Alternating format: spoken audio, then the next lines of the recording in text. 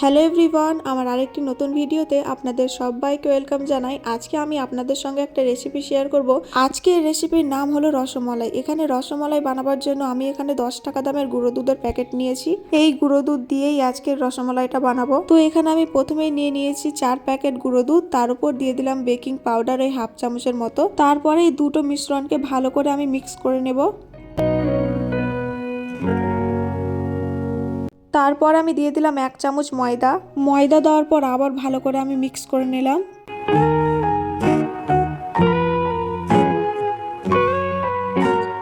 এরপরে আমি নিয়ে নিয়েছি একটা ডিম, কারণ আজকের রসমালাইটা এই ডিম দিয়েই তৈরি হবে। তারপর একটা কাঁটা চামচ দিয়ে ভালো করে এই ডিমটাকে ফাটিয়ে নিলাম।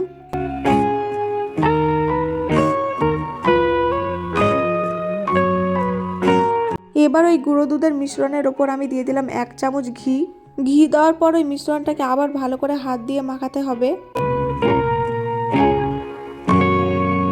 আবার আমি দিয়ে দিলাম হাফ চামচের মতো ঘি, আবার ঘি দিয়ে ভালো করে মিশ্রণটাকে মাখাতে হবে।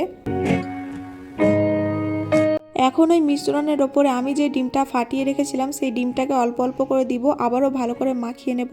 আর যাদের রসমালাই ভালো হয় না, পারফেক্ট হয় না, ফুলে না বা ফেটে যায়, তারা যদি এইভাবে করো তাহলে তোমাদেরও রসমালাই অবশ্যই পারফেক্ট হবে।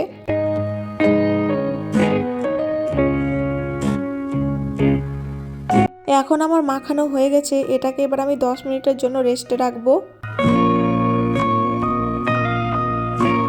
এখন 10 মিনিট হয়ে গেছে, এবার হাতে আমি একটু করে ঘি লাগিয়ে নিচ্ছি। আর হাতে যদি একটু করে ঘি লাগানো হয় তাহলে মিশ্রণটার হাতে লাগবে না।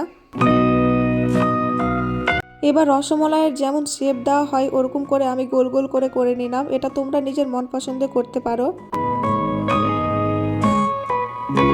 এখানে আমার সবগুলো রেডি হয়ে গেছে। এবার একটা গ্যাসের ওপরে আমি একটা প্যান চাপিয়ে নিলাম, তার উপর দিয়ে দিলাম হাফ লিটারের মতো জল।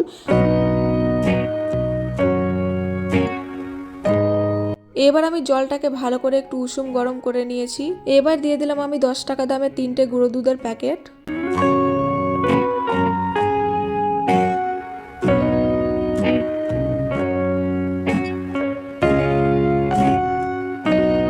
দুধটাকে ভালো করে মিক্স করার পর তার উপর দিয়ে দিলাম আমি পরিমাণ মতো চিনি। এখানে তোমরা চিনিটা তোমাদের মন পছন্দে দিতে পারো। আমি এখানে হাফ লিটার জলের সঙ্গে ওই 4 চামচের মতো চিনি দিলাম।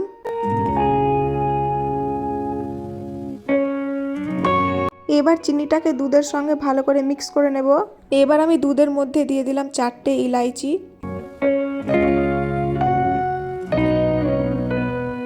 এখন দুধটা ফুটে এসছে, এর মধ্যে দিয়ে দিব যেগুলো রসমালাইগুলো বানিয়ে রেখেছিলাম সেইগুলো।